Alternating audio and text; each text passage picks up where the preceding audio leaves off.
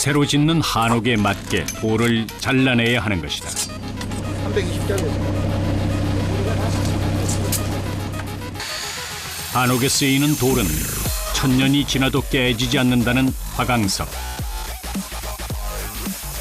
돌을 다듬을 때는 다이아몬드 칼을 써야 하는데 돌의 밀도가 워낙 높아 단 몇 센티미터를 잘라내는 것도 쉽지 않다.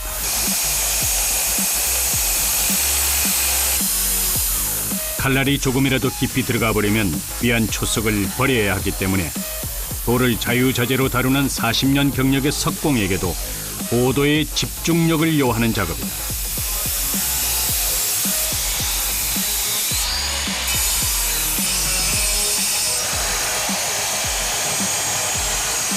돌을 이렇게 만드셔서 이제 조금씩 깨시나 봐요. 이 돌이 두께가 있으면 나가는데 이놈처럼 이렇게 자르는 데가 조금이면 이런 식으로 까져버려요.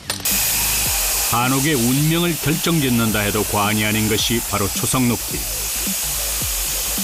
초석을 어떻게 놓느냐에 따라 그 집은 10년을 갈 수도 있고 1000년을 갈 수도 있다. 투박한 전기톱을 사용하지만 알고 보면 무엇보다 정밀함을 요하는 한 채 실수도 용납될 수 없는 것이 바로 석공의 삶인 것이다. 일일이 다 이렇게 크기에 치수 맞게 이렇게 예, 잘라서 이거 잘라둘란 대로 잘라줘야지. 이 작업도 만만치 않으시겠어요? 어떻게 해? 석공 일의 80% 이상은 수작업이다. 말 그대로 몸을 써야 한다는 얘기다. 세상이 좋아져 일부 기계의 도움을 받기도 하지만 아직 옛날 방식만큼 좋은 것을 찾지 못했다. 갈라진 틈새에 쐐기를 박아 돌을 잘라내고 정과 망치로 표면을 다듬는다.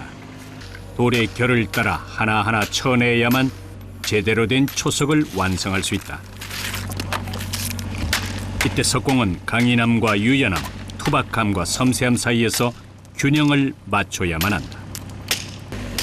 어느 한쪽으로 치우치게 되면 그간의 수고가 숲으로 돌아갈 수 있기 때문이다. 지금 뭐 기초를 하고서 지금 땅을 파서 다시 깊이를 높이 조절을 할 수 없는 상태니까 돌 크기 자체를 이제 평균적으로 맞추는 겁니다. 지금. 규격에 맞춰 잘라낸 초석은 기둥이 안정감 있게 올라설 수 있도록 표면을 평평하게 다듬어야 한다.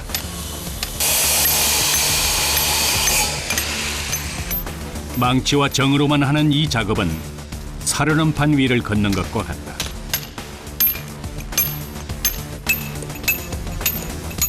사방으로 튀어오르는 돌가루 때문에 언제 사고가 일어날지 모르기 때문이다.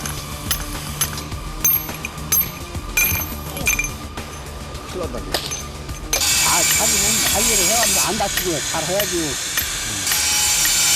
이거 조그마한 거고 힘들어. 작업 4시간째. 쉴 새 없이 이어지는 망치질에 팔은 점점 감각을 잃어가고 허리엔 끊어질 듯한 고통이 밀려오기 시작한다. 석공이 된 지 수십 년이 지났지만 이 아픔은 해가 지나도 익숙해질 기미가 보이지 않는다.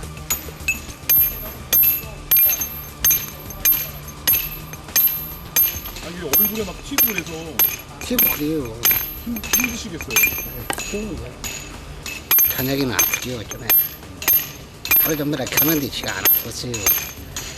야. 평범한 돌덩이가 초석으로 만들어지기까지 석공은 수천 번의 망치질을 해야만 한다.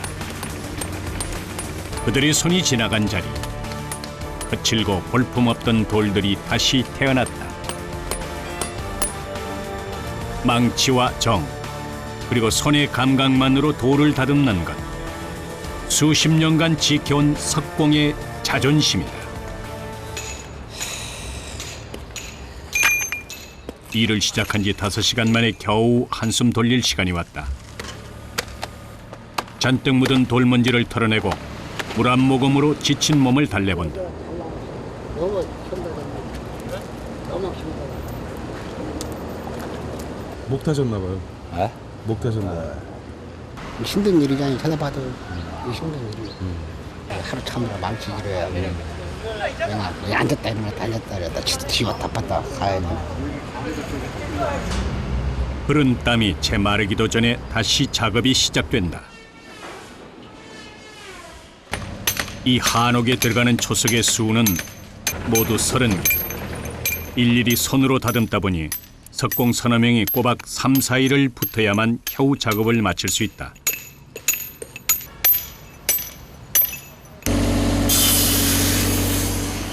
뒤에 나무 뒤에. 이제 초석을 놓을 차례. 규준 틀에 세우고 실을 띄워 정확한 위치와 높이를 표시한 다음 중심선에 맞춰 초석을 놓으면 되는데 이때 조금이라도 비뚤어질 경우 집 전체에 피해가 갈 수 있다.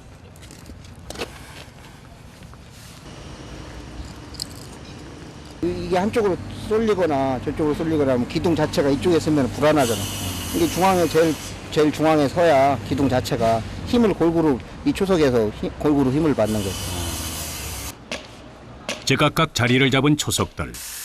이제까지 석공의 손재주가 중심이 됐다면 지금부터는 팀장의 실력이 드러나는 순간이다. 실을 기준으로 초석 밑에 나무나 돌 등을 고여 높이와 가로, 세로, 직각을 맞춰야 하는 것인데 수십 개의 돌 중 어느 하나라도 높이가 다르거나 수평이 맞지 않으면 이후 작업에 차질이 생기기 때문이다. 그 어느 때보다 신중함이 필요한 순간이다.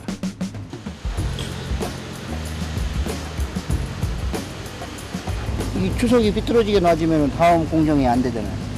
저희가 잘 맞춰놔야 그 다음 공정에서 목수분들 들어와서 작업하기도 수월고 그 사람들이 침묵해 놓은 거나 이런 것들에 문제가 안 생기죠. 석공과 목수, 와공과 토수 등 수십 명의 사람이 호흡을 맞춰야만 지을 수 있는 것이 바로 한옥이다. 때문에 한옥 짓는 사람들이 갖춰야 할 가장 큰 조건은 타인에 대한 배려와 존중심이라고 그들은 말한다. 며칠에 걸린 초석 작업이 어느 정도 마무리되어갈 그 시각. 강원도에서는 한옥에 들어갈 나무를 다듬는 치목 작업이 한창이다. 한옥 목수 대여섯 명이 모여 하루에 11시간씩 벌써 석 달 동안 쉼 없이 작업을 하고 있다. 목수들 중에서도 우두머리 목수를 도편수라 부르는데 이곳의 도편수는 바로 이 사람, 정태도 씨다. 결이 이렇게 살아있으니까 그 결대로 조금만 휘어도 휘어 보인다. 여기 대부분 위에는 충분하고 여기는 살짝만 해주면 되고 밑에만 살짝 뿌려주면 될 것 같아요. 근데 이쪽하고 조금 서로 여기가 많이 죽어가지고 그거 좀 고려해갖고. 예. 작업하시는 어떤 부분이에요? 대청에 대들보가 걸리고 대들보 위에 또 보가 작은 게 하나 더 걸립니다. 그건 좀 자연스러운 맛을 살리려고 일부러 이렇게 휘인 나무를 찾아가지고. 각 부분마다 어울리는 나무를 찾아내는 것, 도편수의 능력이다. 집의 뼈대가 어쨌든 다 목구조로 이루어지다 보니까 목수들의 작업이 한 60%는 차지한다고 봐야죠.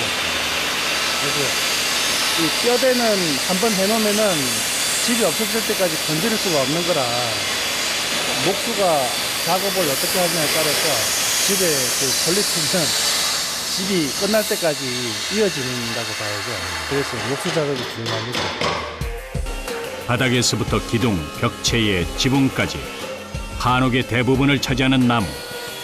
집 한 채에 들어가는 양만 해도 소나무 300~400그루가 된다는데 하나씩 일일이 다듬어야 하기 때문에 작업 기간이 만만치 않다.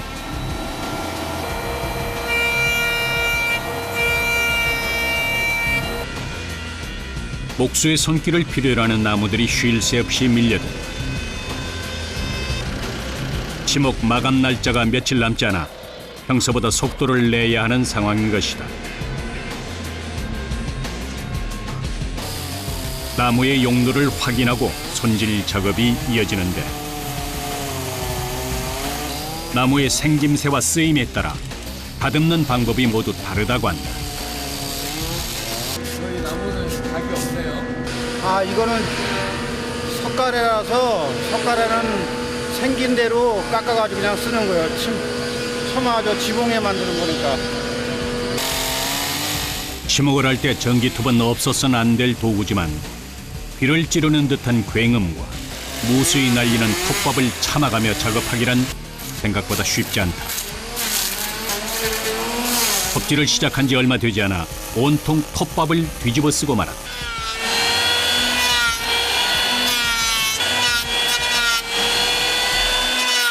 일하시면서 이 나무 먼지 많이 드시겠어요? 아, 그렇죠. 어떻게 피해갈 수 없죠, 뭐. 나무 먼지는. 나무를 깎으면 먼지가 날 수밖에 없는 거기 때문에 될 수 없어요. 목수 생활 12년째. 청호 씨에게 톱밥은 피할 수 없는 숙명 같은 존재가 되어버렸다.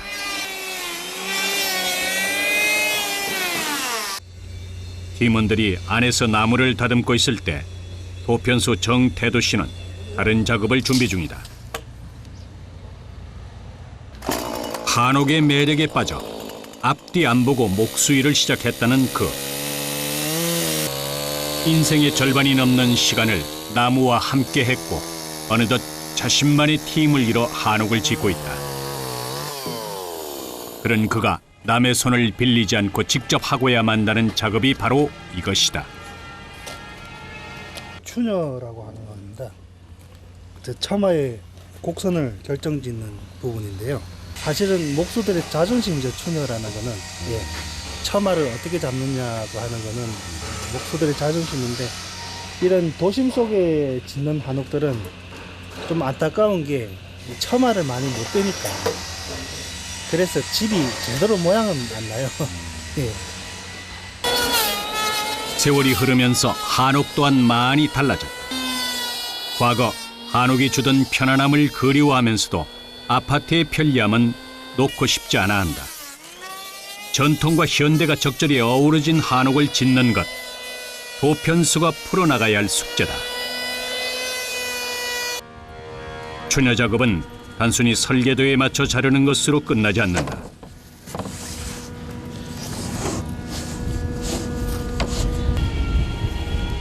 추녀 끝에 무늬가 들어가는데 이것 또한 집의 용도와 규모, 분위기에 따라 달라진다고 한다.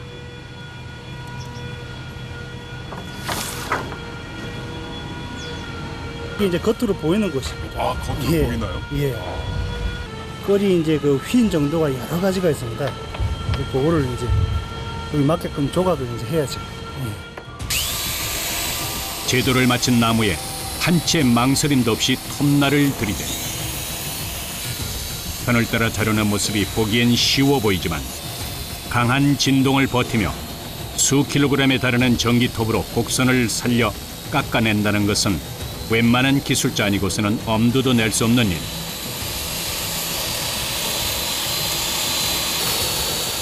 조금만 삐끗해도 톱날이 어긋나갈 수 있기 때문에 30년 가까운 경력의 도편수 역시 긴장할 수밖에 없는 순간이다.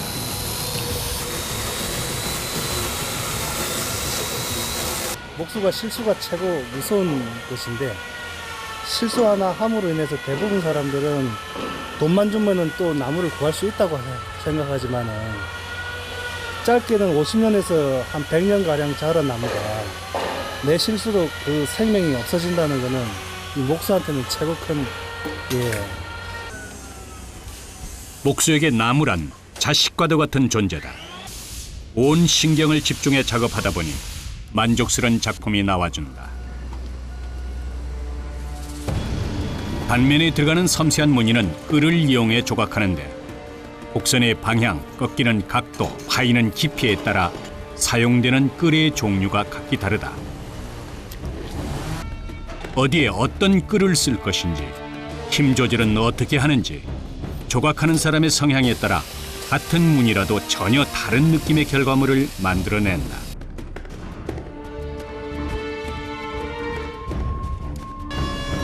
목수들에겐 나무를 치목할 때 사용하는 도구가 본인의 수족이나 다름없다고 하는데 수년째 동고동락하고 있는 끌은 이들에겐 너무나도 소중한 것이다.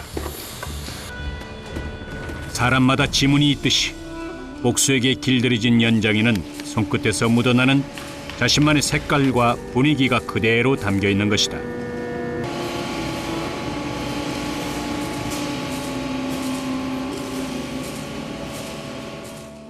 수작업을 많이 합니다.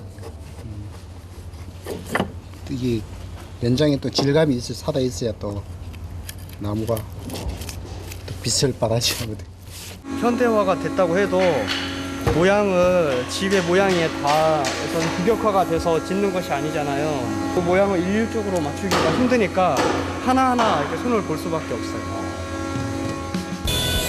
내 몸에 맞는 맞춤복을 입을 때처럼 나무를 다듬을 때도 각각에 맞는 손길이 필요하다. 천편일률적으로 작업을 하는 것이 아니라 옹이의 위치, 나무 결의 방향 등 재료가 가지고 있는 특성을 이해하고 그에 맞게 다루어야만 최고의 목재를 얻을 수 있다.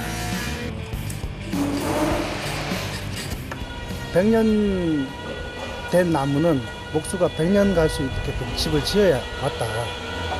그래야 그 나무를 베고 나무를 심었을 때 그 나무도 또 100년 클 동안에 이 집도 100년이 가야 서로 쌤쌤이가 되거든요. 목수의 그 실력도 그만큼 중요한 겁니다. 작업 5시간째 바닥이 보이지 않을 정도로 톱밥이 쌓였다. 아무리 일이 바쁘더라도 톱밥은 걷어내야 한다. 안전사고가 일어날 수도 있기 때문이다.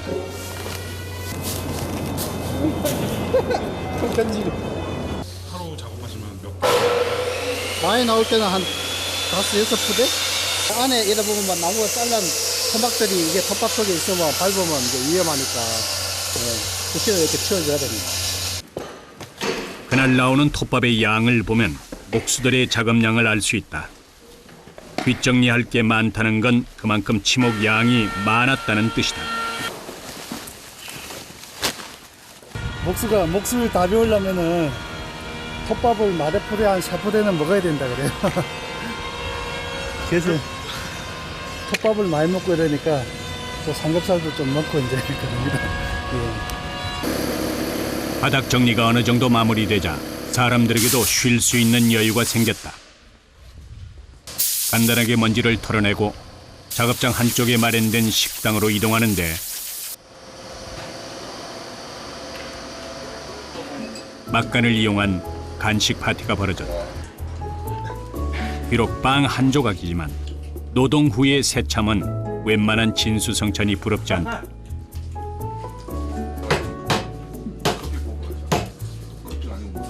딸기잼에 빵 아주 맛있어요. 먹는 게 힘입니다. 그러세요? 예. 잘 먹어야 또 힘을 써서 일을 하죠. 저희들에게는 아주 꿀맛 같은 휴식이에요. 10분도 채 되지 않은 시간이지만 목수들에겐 사막의 오아시스와도 같은 순간이다. 도편수의 모습이 보이지 않는다 했더니 나이 많은 제자에게 끌 가는 법을 알려주고 있다. 거칠고 힘들다는 이유로 목수를 하려는 젊은이들이 많지 않은 요즘 이제 싹 잡히거든요. 퇴직 후 목수로 전향하는 이들 덕분에 목수의 명맥이 이어지고 있다.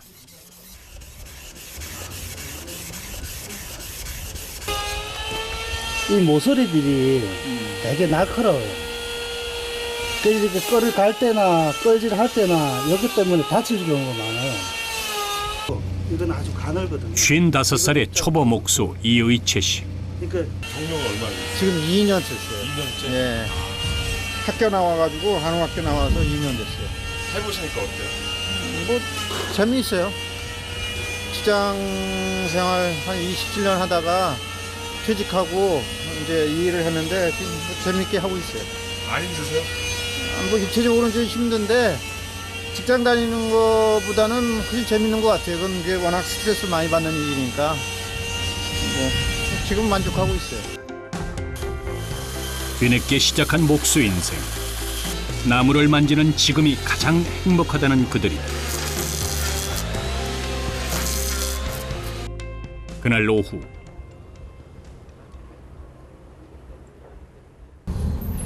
나무를 구하기 위해 길을 나선 태도 씨. 그럼 나무가 있으면 뭐 예, 어느 지역이든 뭐 가시는 거예요 그러면? 예, 필요에 뭐 따라서는. 필요에 따라서는 저기 뭐 전라도 쪽도 가고 충청도도 가보고 근데 딱 마음에 드는 거 구하기가 참 어려워요.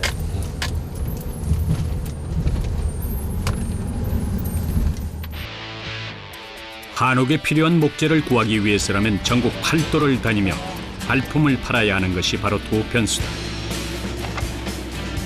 아무것도 다 괜찮다.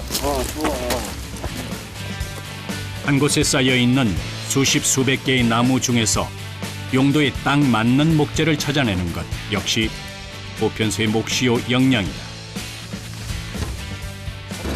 저희 용도는 안 맞는 것 같아요. 너무 뿌리 부분이 이렇게 이상하게 보여가지고. 흰 게 아니라 이게 꽈배기처럼 그냥 예, 질려. 맞습니다. 이런 나무를 집을 짜면은 이게 막 뭔가 좀 집이 어지러워요. 한옥의 주 재료는 육지 소나무인 육송. 같은 육송 중에서 쓸만한 것을 골라내기란 쉽지 않다. 이런데 온다는 게 좀 뭐 허탕칠도 많아요. 예, 와서 보고 또 저분들이 판단하는 기준하고 또 우리가 보는 거 틀리니까요. 또 목재값이 뭐 비싸니까 섣불리 또 판단도 못하고 그래서 신중을 많이 기하는 편이에요. 시종일관 어두웠던 도편수의 얼굴에 웃음꽃이 피었다. 진짜 예쁜 여자를 만난 그런 기분이에요. 예, 얼마나 미인이에요. 깨끗한 게. 일찌감치 다른 임자를 찾은 걸 보니 물건은 물건인가 보다. 근데 저런 거를 만나기가 어렵죠. 예, 같은 돈을 주고 사더라도. 그래서 이게 항상 인연이 있는 것 같아요. 그렇게 아쉬운 발걸음을 돌리고 그날 저녁 치목 작업을 하는 동안 전국에서 모인 목수들은 숙소 생활을 한다. 일이 있는 곳에 머물러 사는 것이 그들의 일상이요 인생인 것이다. 오늘은 저녁 대신 조촐한 회식 자리를 마련했다. 고된 노동을 털어내는 목수들만의 소소한 기쁨이다. 이게 맞을 거예요. 얘가 바닷가. 네, 일하느라 고생했습니다. 감사합니다.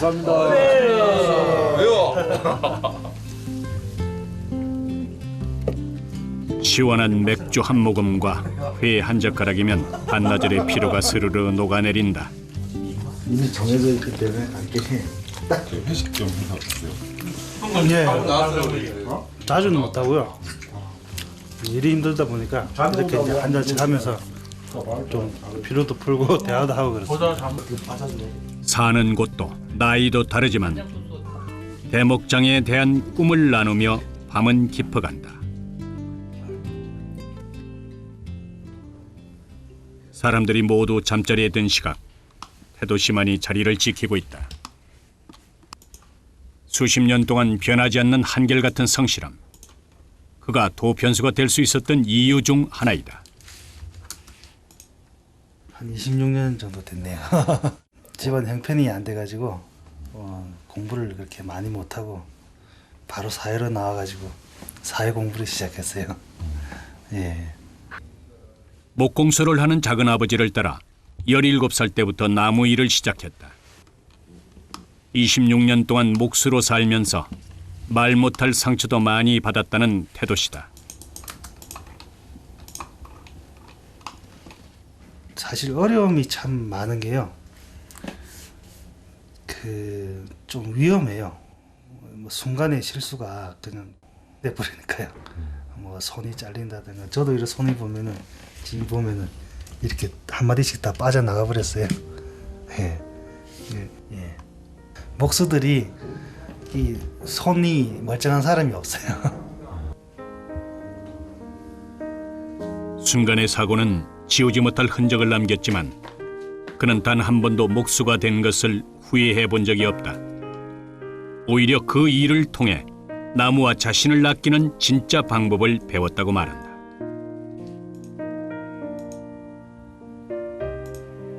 일이 즐겁고 좋을 때는 이 피로한 게 사실은 못 느껴지더라고요. 그러는데 주위에서 이제 그런 어르신들이나 스승님들이 아, 참 고생한다. 열심히 하는 게 보기 좋네. 이럴 때 이제 그런 보람이 있었죠. 왜? 아직까지는 배우는 나이이기 때문에. 제일 큰 매력은 땅을 밟으면서 산다는 게 제일 좋은 장점 같아요. 제가 보면은. 예. 그날 밤 태도 씨의 작업은 늦은 시간까지 계속됐다.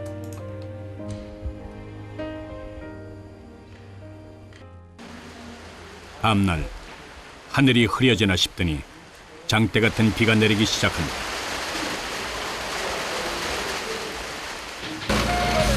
일기예보에도 없었던 갑작스런 빗줄기에 치목장엔 비상이 걸렸다. 제 몸이 비에 젖는 것은 상관도 안 한 채 나무들을 치우기에 여념이 없다. 아, 지금 비가 갑자기 내려가지고요. 먹재를 빨리 좀 정리해야 될 것 같아요. 작업장 마당에는 1년 동안의 건조 과정을 거친 나무들이 치목을 마친 후 출고 날짜만 기다리고 있는 상황. 지금 비를 맞아버리면 그간의 건조 과정이 물거품이 돼버린다.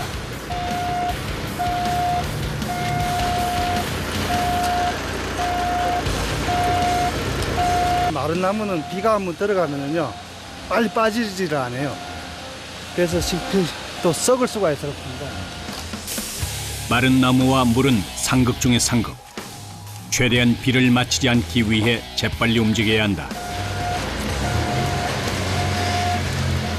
물이 들어가면은 그동안 수고가 한 일이잖아요. 사람은 비 맞아도 되고 나무는 비 맞으면 안 돼. 사람 비가 맞아도 마르는데 이 나무는 안 마르더라고요. 전 팀원이 총출동해 수습을 한 덕에 대부분의 나무들이 비를 피할 수 있었다. 예상보다 빨리 일이 마무리돼 다행이지만 목수에게 비는 반갑지 않은 손님이다. 얼마 후 언제 그랬냐는 듯 하늘이 맑아지자 본격적인 작업이 시작된다.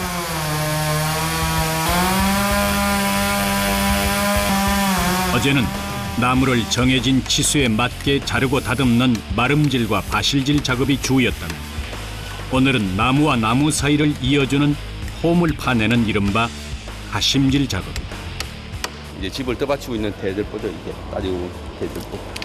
자, 좀 옆에 기둥하고 이게 또 따라서 잡아주는 겁니다. 이게 보가 바로 잡아주는 게 아니고 이제 보에 물려가지고 기둥을 잡아주게 되는 거죠. 이게. 한옥은 못질 대신 나무와 나무를 끼워 맞추어 짓기 때문에 한 채 오차도 용납해서는 안 된다. 홈을 파낼 때도 시간이 가면서 나무가 줄어들고 갈라질 것까지 감안해 계산하고 작업을 해야 한다. 나무를 깎고 다듬는 모든 과정이 참으로 치밀하고 섬세하다.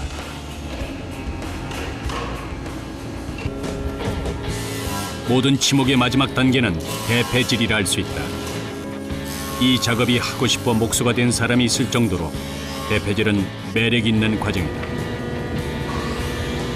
나무 표면이 종이장처럼 얇게 벗겨지면서 매끈한 속살을 보일 때의 쾌감은 아는 사람만이 아는 행복이다. 대패질 마지막으로 하면 그 입자가 고와지죠. 그러면서 매끈매끈하게 빛이 나죠. 기둥 하나를 만들기 위해 수천 번의 대패질이 필요한데 수시간 동안 같은 작업을 반복해야 하는 인고의 시간이다.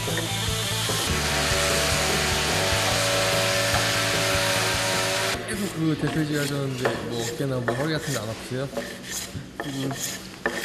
글쎄 힘들긴 한데 그래도 뭐 하는 일이니까 괜찮아요. 한옥은 기술이 아니라 손으로 짓는 집이라는 말이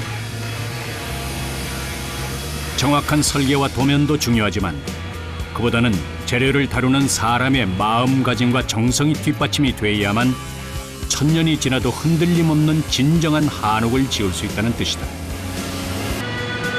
모양도 제각각, 쓰이는 목적도 다른 부재료의 종류만도 약 100여 개. 단아하면서도 우아한 조각미가 돋보이는 대자강 난간과 공판까지 조립을 마치고 나면 이제 강릉에서의 작업은 어느 정도 마무리가 된 셈이다. 석 달여간의 치목 작업을 마친 나무들이 자로 잰 듯 균일한 모양들만 봐도 목수의 정성이 얼마나 들어갔는지 알 수 있다.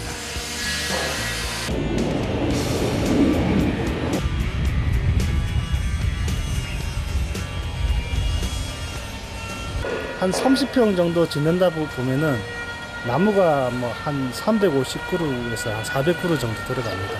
집을 하나 짓기 위해서는 그 많은 나무를 희생을 시켜야 되는 거죠. 그래서 이제 그런 나무를 이 목수는 또 최대한 실수를 안 하고 또 살려야 되는 책임감이 있는 거죠. 그날 오후 완성된 나무들을 현장으로 옮기기 위해 트럭이 들어섰다.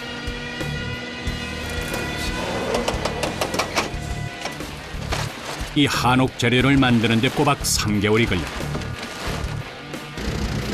딸을 시집 보내는 아버지의 심정이 이럴까.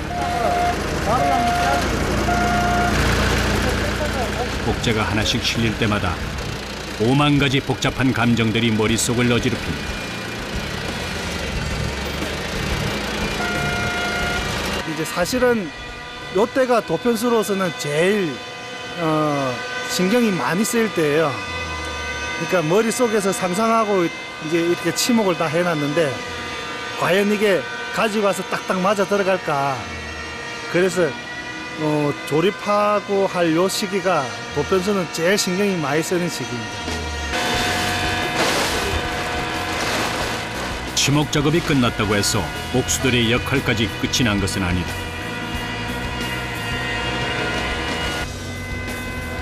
그들은 목재와 함께 현장으로 이동해 한옥의 구조가 완성될 때까지 주도적인 역할을 하게 된다.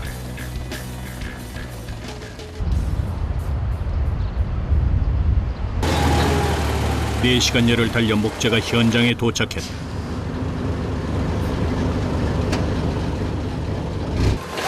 (5톤) 트럭 5대분의 양이다.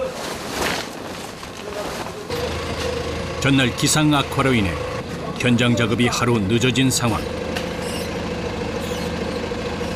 스케줄에 차질이 없도록 하기 위해 지체할 겨를 없이 내리는 작업이 시작된다.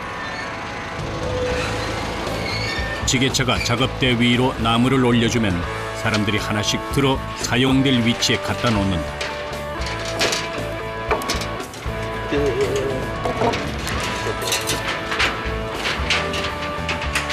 나무의 무게는 20-30kg. 그리 무거운 편은 아니지만 수십 개의 나무를 쉴 새 없이 옮기다 보면 팔과 허리에 무리가 오기 시작한다.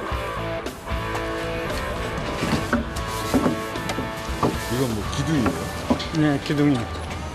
집 올릴 때 제일 먼저 할 일이 기둥을 먼저 추측 세운 다음에 기둥을 그 위에다가 세워요. 그래야 그 위에 다른 부재들이 다 올라가니까. 그래서 지금 기둥을 제일 먼저 갖다 놓는 거예요. 모든 재료가 자기 자리를 찾아갔다 싶으면 도편수가 주춧돌의 중심을 잡기 시작한다.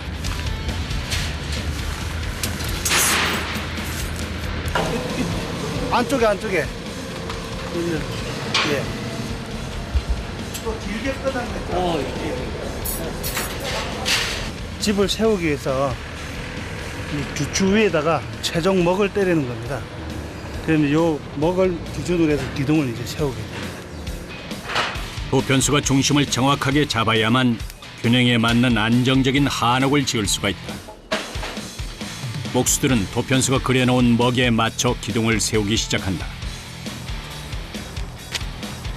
그곳의 주춧돌은 모두 30개. 각 돌마다 기둥 하나가 올라가는 셈이니 총 30개의 기둥이 서게 되는 것이다.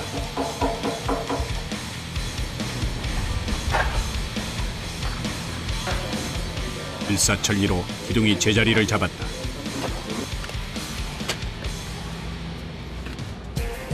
이제 도편수는 기둥과 주춧돌 사이의 수평은 맞는지 중심이 제대로 잡혔는지 확인해야 한다. 여기서 실수가 생긴다면 작업 도중 기둥이 쓰러지면서 큰 사고로 이어질 수도 있다.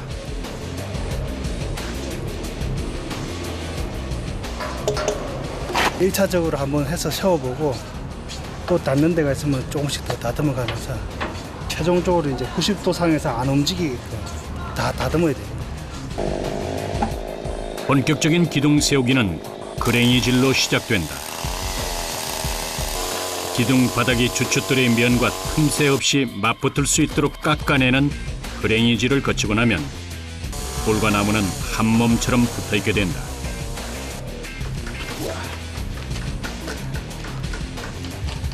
아주 좋아요. 딱 맞아요. 예, 잘 맞습니다. 처음부터 하나였던 듯 딱 맞아 떨어지는 기둥과 초석. 보면 볼수록 신기할 따름이다. 아무것도 안 돼도 서 있는단 말이에요. 예. 그래서 이제 이게 이제 외국 사람들은 제일 의아해하는 문제예요, 사실은. 초석에 무슨 촉이 있는 것도 아니고 본드칠을 하는 것도 아닌데 그냥 그대로 초석 모양대로 따서 이제 앉혀놨는데 이게 안 움직이거든요. 가공의 부재료 없이 오롯이 자연의 것들만 모아 합을 맞춰 나가는 한옥. 세계 어디에서도 볼 수 없는 우리나라만의 지혜가 담겨 있는 전통 건축 기법이다.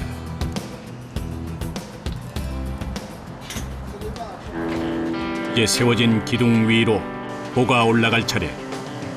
이때도 역시 전통 한옥만의 특징을 찾아볼 수 있는데 그것은 바로 못을 사용하는 대신 나무와 나무를 일일이 끼워 맞춘다는 것.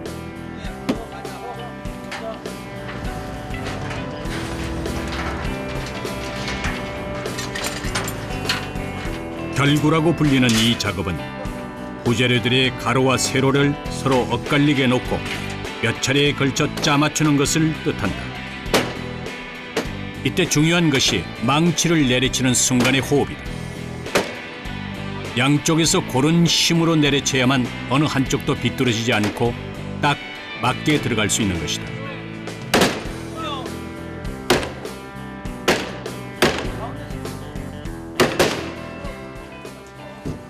이게 맞아 떨어지면은 어떠세요?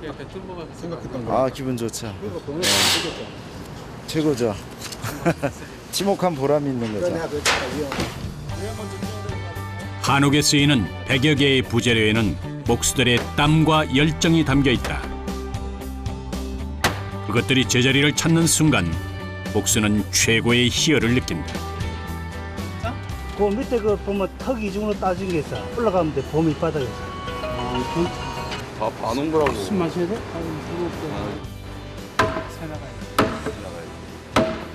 마치 이게 블럭 맞습니다. 장난감처럼 예. 끼워 맞추시는 거잖아요. 그렇죠. 그러니까 집 속에 들어가서 집을 보려면 엄청나게 힘들어요. 그러니까 집 밖에서 그러니까 모형 만든다는 느낌을 하면은 힘들 일이 아니에요. 눈에 더 잘 보이는 거죠. 한옥의 뼈대가 세워지기까지 끊임없이 이어지는 망치질. 이 고된 작업이 지나고 나면 집은 형체를 갖추고 사람들은 머지않아 도심 속의 휴식 같은 공간 한옥을 만나게 될 것이다. 한국인의 자연관과 가치관이 녹아있는 한옥. 자연에 순응하고 화합하는 집이라야 튼튼하게 오래가고 사람을 살리는 집이 된다. 기술이 아니라 마음으로 짓는 집. 나무와 돌, 흙이 주재료가 되면서 건물과 자연 사이의 경계가 허물어지는 곳.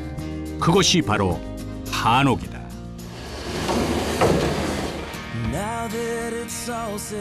이 공간에서 사는 사람들이 좀 더 나은 생각을 하고 좀 더 뜻있고 보람이 있는 일을 할 수 있게끔 그런 공간을 만들려고 늘 노력을 하고 또 그런 분들이 그런 공간을 또 이해해 주시고 또 그렇게 고맙다는 소리를 들을 때 제일 보람이 있습니다.